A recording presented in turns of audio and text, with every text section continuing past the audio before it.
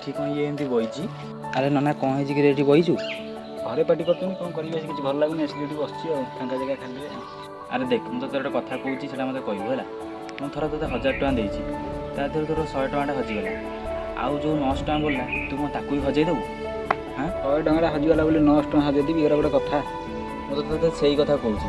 ଯେମିତି 1000 ଟଙ୍କାରୁ 100 ଟଙ୍କା ହଜିଗଲେ ଆଉ 900 ଟଙ୍କାଟା ତୁ କାମରେ ଲଗାଉଛୁ, ସେମିତି ଦିନ ରାତି ହେଉଛି 24 ଘଣ୍ଟା। 24 ଘଣ୍ଟାରୁ ତୋତେ ଯଦି କିଏ ଘଣ୍ଟେ କିଛି ପାଟି କଲା କି କ'ଣ କଲା, ଆଉ 23 ଘଣ୍ଟା ତୁ କାହିଁ ଖରାପ କରୁଛୁ? ସେଇ 23 ଘଣ୍ଟା ତା ଲାଗି ପଡ଼ିନା ନିଜ ଠିକ୍ କରିବାରେ। ଭାଇମାନେ ତୁମକୁ ବି ଗୋଟେ କଥା କହୁଛି, ମନେ ରଖ। ଦିନ ରାତି ମିଶିକି ଯେମିତି 24 ଘଣ୍ଟା, 24 ଘଣ୍ଟାରୁ ତୁମକୁ କିଏ ଯଦି କ'ଣ ଘଣ୍ଟେ କହିଦେଲା, ତା ପାଇଁ ନିଜର 23 ଘଣ୍ଟା କେବେ ବର୍ବାଦ କରିବନି। ଏଇ କଥାଟା ତୁମ ଲାଇଫ୍ ପାଇଁ ବି। ତୁମ ଲାଇଫ୍ରେ ଯଦି କିଏ କେବେ ଆସିକି ତୁମର କିଛି ଦିନ ବର୍ବାଦ କରିଛି, ଆଉ ତୁମେ ତା ପାଇଁ କେବେ ତୁମ ଲାଇଫ୍ ବର୍ବାଦ କରନି। କ'ଣ ବୁଝିପାରିଲ?